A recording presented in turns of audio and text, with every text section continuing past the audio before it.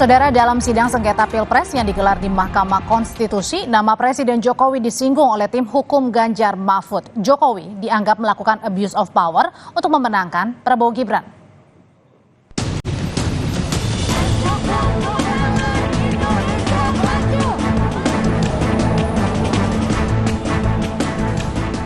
Saat sidang sengketa Pilpres di Mahkamah Konstitusi, Ketua Tim Hukum Ganjar Mahfud, Todung Mulya Lubis menyebutkan Presiden Jokowi melakukan abuse of power demi memenangkan Prabowo Gibran. Jokowi dianggap melakukan intervensi kekuasaan, ketidaknetralan penegak hukum, dan politisasi bantuan sosial sehingga memengaruhi perilaku pemilih. Nepotisme Jokowi melahirkan abuse of power atau penyalahgunaan kekuasaan yang tersusun rapi. Adanya nepotisme yang dilakukan oleh Presiden Joko Widodo yang kemudian melahirkan abuse of power terkoordinasi guna memenangkan pasangan calon nomor urut 2 dalam satu putaran. Nepotisme yang dilakukan oleh Presiden Joko Widodo dalam Pilpres 2024 dilakukan begitu rapi, secara terstruktur, sistematis, dan masif, yang pada akhirnya membuat Pilpres 2024 hanya menjadi aksi teatrikal belaka. Anggaran negara dihabiskan, etika diabaikan, demokrasi dirusak. Demi apa semua ini dilakukan? Jawabannya sekali lagi hanya satu, memenangkan pasangan calon nomor urut 2 dalam satu putaran. Atas tuduhan tim hukum Ganjar Mahfud, tim hukum TKN Oto Hasibuan bilang tuduhan tersebut melukai dukungan para pemilih Prabowo Gibran. Apakah tepat bila mana pemohon membawa seluruh persoalan sehubungan dengan perselihan pemilu, baik yang berupa administrasi pemilu, pidana pemilu, pelanggaran kode etik penyelenggara pemilu, seluruhnya kepada Mahkamah Konstitusi, yang kita tahu terbatas kewenangannya untuk mengadili perselisihan yang terkait dengan jumlah suara hasil pemilu. Lagi-lagi, jangka waktu yang ditentukan oleh undang-undang untuk memutus suatu perkara perselisihan pemilu adalah hanya 16 hari. Atas dasar itu, hemat kami, permohonan akuo justru merupakan kemunduran dan suatu bentuk ketidakbijakan oleh pemohon yang berpotensi melanggar norma konstitusi. Presiden Joko Widodo sendiri menolak mengomentari soal jalannya sidang sengketa Pilpres, termasuk soal tuduhan dugaan kecurangan Pilpres.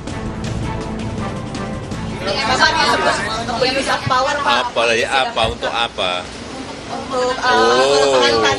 Saya tidak mau berkomentar yang berkaitan dengan MK, ya. Sidang akan kembali dilanjutkan besok Senin 1 April 2024. Kali ini agenda sidang adalah mendengarkan keterangan ahli dan saksi pemohon, serta pengesahan alat bukti tambahan pemohon Anies Mohaimin dan Ganjar Mahfud. Tim Liputan Kompas TV. Sidang sengketa Pilpres di Mahkamah Konstitusi akan memasuki tahap pembuktian. Lalu apa saja upaya dalil pemohon atas gugatan hasil Pilpres, termasuk soal tudingan Presiden Jokowi yang melakukan abuse of power untuk memenangkan Prabowo Gibran. Kita bahas sore hari ini bersama Fahri Bahmid, Wakil Ketua Tim Hukum Prabowo Gibran, dan Firman Jaya Daily, Wakil Deputi Tim Hukum Ganjar Mahfud. Selamat sore Bapak-Bapak. Selamat sore, Mbak. Selamat sore. Saya mau ke Mas Firman dulu. Mas Firman, jadi sebenarnya fakta-fakta apa sih yang akan dibawa besok sehingga bisa menuding Presiden Jokowi ini abuse of power di Pilpres 2024 demi memenangkan Prabowo Gibran menang satu putaran? Secara normatif dan makro kami sudah menyampaikan di permohonan. Ada berbagai konstruksi, substansi, dan narasi yang kami sampaikan. Tentu yang berkaitan dengan pembuktian untuk memastikan dan memaknai soal pembuktian yang kami sampaikan untuk menghubungkannya dengan soal pelanggaran TSM, yaitu pelanggaran terstruktur sistem pemilihan masif dan juga pelanggaran substansial dan prosedural, maka kita hadirkan sejumlah saksi ahli dan saksi fakta dan sejumlah dokumen yang lain. Itu hari Selasa tanggal 2 April. Dan untuk itu maka kita sudah melakukan persiapan yang matang, pematangan-pematangan, kemudian secara maksimal, karena memang ini sudah kita temukan dari awal sejak sebelum tanggal 14 Februari, kemudian pada saat 14 Februari juga, dan setelah 14 Februari. Jadi Tapi ada bagian mana sebenarnya abuse of power yang paling kelihatan yang dilihat oleh tim hukum Ganjar Mahfud ini? Presiden melakukan abuse of power, nepotisme.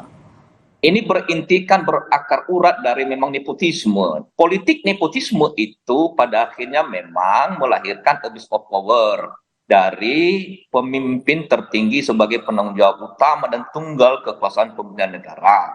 Karena memang putra langsung presiden yang menjadi calon wakil presiden.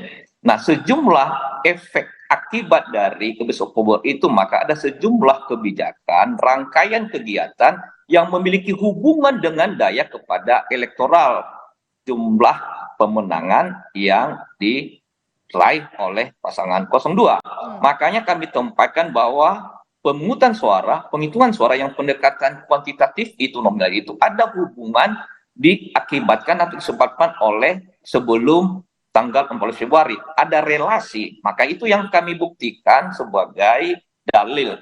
Nah, karena kita yang mendalilkan, maka tentu kita yang membuktikan. Walaupun juga terbuka peluang bagi Mahkamah Konstitusi untuk bisa melakukan pergeseran paradigma bahwa kalau ada pelanggaran TSM di mana elemen kekuasaan misalnya ada, maka kalau gitu juga mengambil inisiatif untuk bisa memaknai pembuktian itu. Yang penting tanyain aja ke Bang Fahri ya.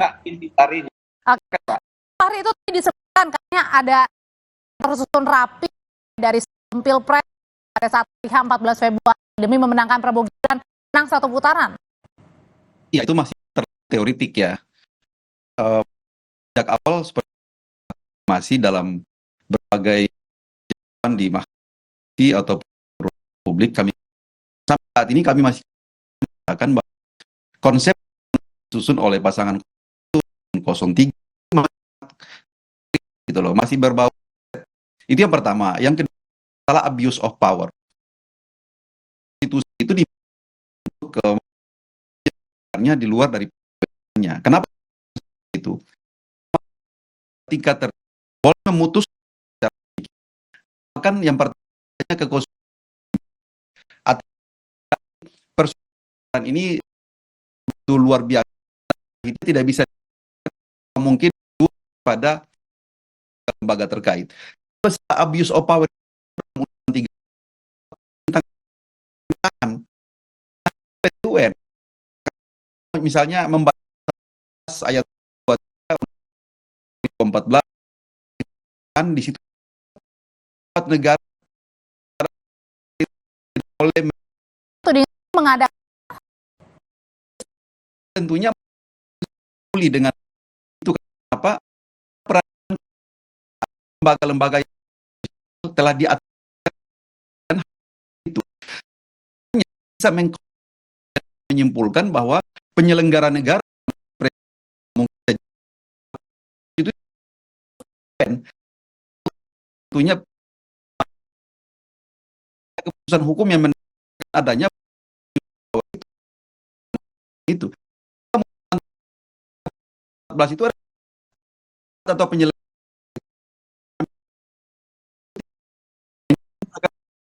mencapai. Nah itu mana yang kira untuk PT tentunya kan sejak awal. Oke, kalau Mas Firman kemarin juga Bawaslu tapi itu makanya tidak. Ini gimana, ada tuduhan tentang abuse of power seberapa besar untuk ahli bukti? Ya. Power itu penyalahgunaan terutama berkaitan dengan politisasi dan personalisasi keuangan dan anggaran ini bantuan sosial. Ada pelanggaran anggaran dan keuangan negara. Dan kita harus meletakkan bahwa pemilihan umum diselenggarakan dengan dan secara langsung, umum, bebas, rahasia, jujur dan adil. Dan itulah yang dimaknai oleh Mahkamah Konstitusi.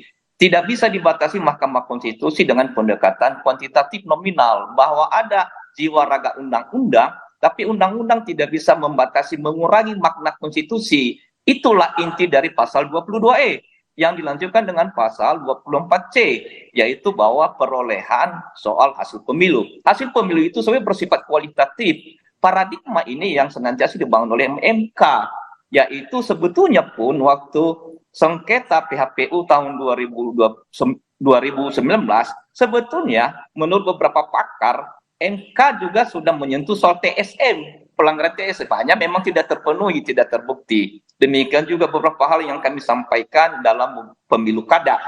Mahkamah Konstitusi sudah membangun makna demokrasi, penguatan konstitusi, yang kebetulan instrumennya pilkada dan pilpres. Nah, di pilkada sudah pernah, dan rejimnya sama. Nah, persoalannya adalah kita ingin mengungkapkan ini demi untuk keadilan kebenaran melalui saksi ahli, saksi fakta. Ada korelasi antara kebijakan yang melanggar keuangan dan pengelolaan anggaran negara itu dengan efek elektoral. Nah, biarlah apakah nanti juga akan menghadirkan untuk membuktikannya, menghadirkan juga mungkin menteri seperti yang disebutkan? Kami juga sudah meminta itu kepada mahkamah, karena menteri-menteri terkait atau pejabat setingkat menteri yang terkait dengan otoritas itu tentu bisa kita undang melalui Mahkamah Konstitusi, dan hakim mahkamah bisa menanyakan, menilai demi untuk keadilan kebenaran. Biar ini diungkapkan dari sampai terakhir, dari hulu sampai hilir. Bagaimana kebijakan makro yang terjadi dalam kaitan dengan batas-batas yang biasanya itu tidak berkaitan dengan soal pemilu. Tapi kali ini 1-2 bulan ada soal bansos, kemudian jumlah hampir 500 triliun, kemudian datanya itu tidak akurat. Biasanya datanya dari Kementerian Sosial, kemudian tidak ada data, tidak turun. Tapi yang disentuh adalah kantong-kantong pasangan tertentu. Nah, oleh karena itu maka kita mintai melalui MK untuk menghadirkan sejumlah menteri atau pejabat yang terkait. Itu Oke, kalau gitu ke Bang Fahri lagi deh. Kalau tadi kan ada rencana untuk mau menghadirkan untuk membuktikan ada beberapa ruang yang tidak bisa disentuh oleh Bawaslu karena sangat terbatas. Oleh karena itu ruang yang kosong itu dimaknai, dipastikan oleh MK. Ada petun Pak ini maksudnya? Ini kaitannya bahwa tadi disebutkan oleh Bang Fahri juga ada sebenarnya ada ranah lain ya di luar MK dari petun ini untuk menyelesaikan dugaan abuse of power. Bukan, itu kan berkaitan misalnya kalau ada pelanggaran yang berkaitan dengan penyalahgunaan, ini kan bisa dipetunkan. Yang kita sentuh tidak dengan petun. Ini instrumennya adalah pilpres, yaitu pemilu. Sebuah objek yang menjadi hak kewenangan konstitusional Mahkamah Konstitusi. Jelas-jelas tegas-tegas secara konstitusional sudah diatur. Yang kebetulan yang melibatkan pejabat negara atau pejabat tingkat itu. Jadi isunya adalah adanya soal pelanggaran keuangan negara dan anggaran negara dalam konteks ekosistem penyelenggaraan pemilu. Oke, saya kasih kesempatan ke Bang Fahri dulu ya, Mas Firman ya.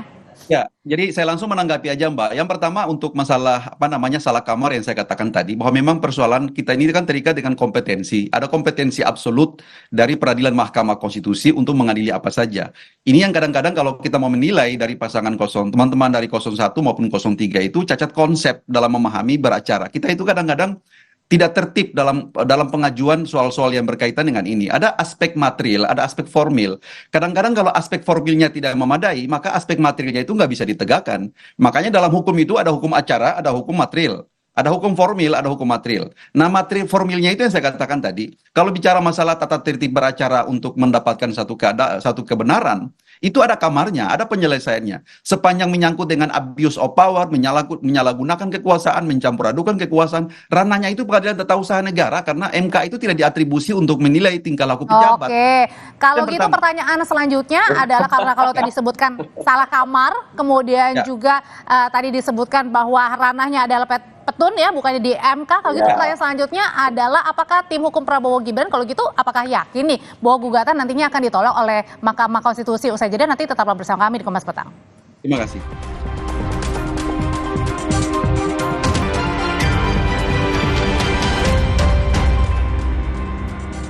Kembali di Kompas Petang. Jadi Mas Firman boleh sekali lagi dijelasin nih sebenarnya abuse of power yang bagian mananya sih, contohnya tentang nepotisme yang dilakukan oleh Presiden Jokowi untuk memenangkan Prabowo Gibran satu putaran menang. Iya, saya memulai dulu ya. Soal PT UN itu ranahnya lain ya. Kemudian soal yang berkaitan dengan yang kita bahas, yaitu agenda tunggalnya adalah Pilpres. Dan satu-satunya badan peradilan dalam diri mahkamah adalah Mahkamah Konstitusi yang diberikan tugas tanggung jawab kewenangan konstitusional. Bahwa nanti dalam kaitan Pilpres itu ada dimensi penyalahgunaan kekuasaan dan kewenangan, maka itu tetap ranah MK. Nah, hal yang kedua adalah misalnya begini, kalau Bawaslu, kemudian KPU sudah memproses, tapi kan terbatas. Kemudian juga ada yang tidak diproses, ada yang diprotes tapi sangat kecil. Pernah kejadian misalnya dalam soal beberapa pilkada, terbukti pasangan calon sudah selesai pilkada, kemudian MK menemukan bahwa memang ini si pasangan terpilih terbukti korupsi. Apakah ruang itu tidak diisi? Ruang kosong yang tidak diisi oleh Bawaslu itu dan KPU daerah itu dimaknai, dipastikan oleh MK. Demikian juga misalnya ketika ada kecurangan, pelanggaran TSM. Jadi intinya tidak salah kamar ya, sudah tepat ya gugatan itu dilayangkan ya. Karena yang dilihat ada pilpresnya, itu core bisnisnya. Baik. Itu agenda tunggal. Bahwa kemudian dalam rangka pilpres ini, dalam rangka penyalahgunaan kekuasaan untuk memenangkan pasangan tertentu, maka itu yang dibahas. Nah, terus terang itu kami sampaikan itu pada saat pemeriksaan pembuktian, bukan dalam konteks ini, Mbak. Mohon maaf, kan itu bagian dari taktik dan strategi. Dan untuk itu maka kami sampaikan nanti pada hari Selasa soal beban pembuktian itu. Tentu kami terpanggil secara konstitusional untuk mendalilkan itu. Karena mendalilkan maka kami membuktikan melalui keberadaan kehadiran kesaksian. Tapi apakah ada saksi kunci yang juga sudah disiapkan oleh tim hukum nih? Tentu ada, dan tentu itu kita sudah persiapkan sedemikian rupa ya untuk mengkonfirmasi soal sejumlah pelanggaran TSM ini dan terutama juga abuse of power.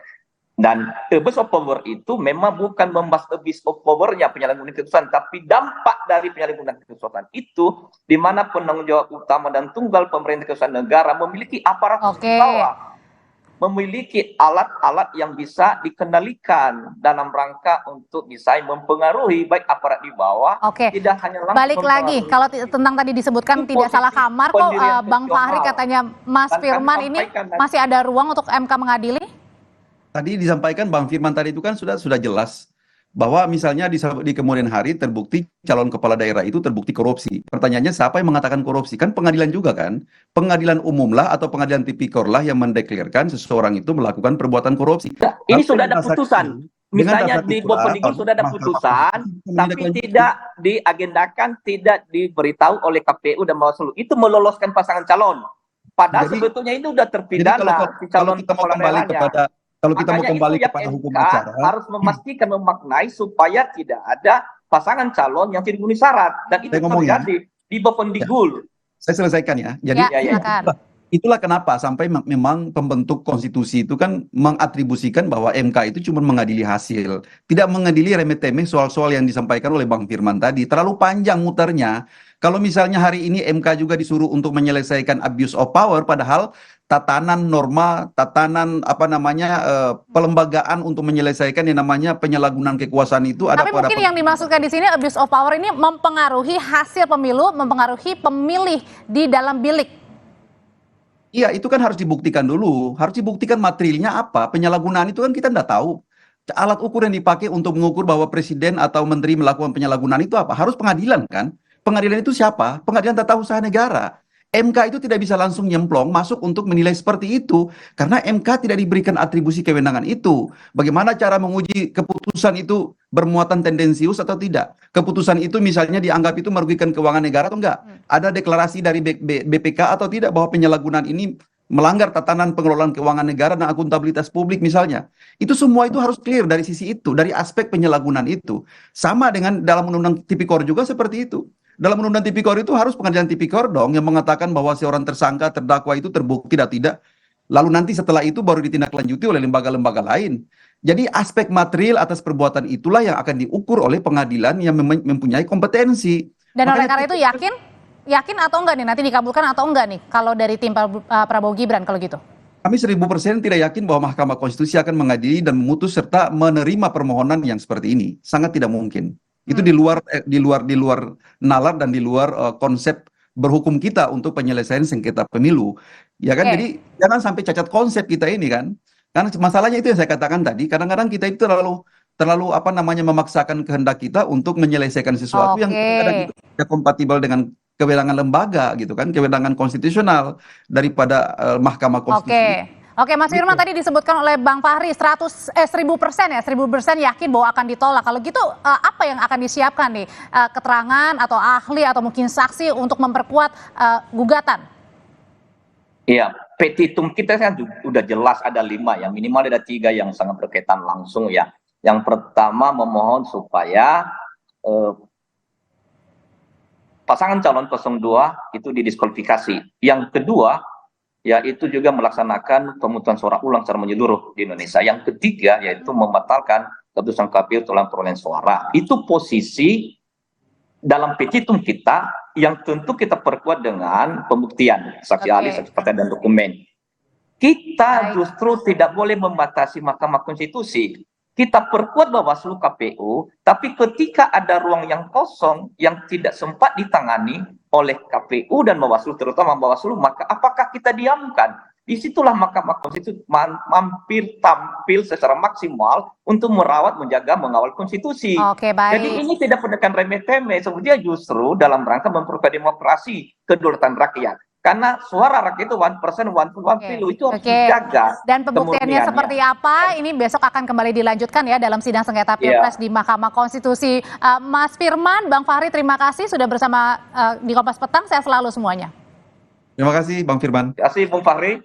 Saudara, masih tentang sidang sengketa Pilpres di Mahkamah Konstitusi yang menjadi pembuktian bagi MK mengembalikan kepercayaan publik pasca mantan Ketua MK Anwar Usman tersandung pelanggaran etik. Simak catatan Kompas TV setelah ini.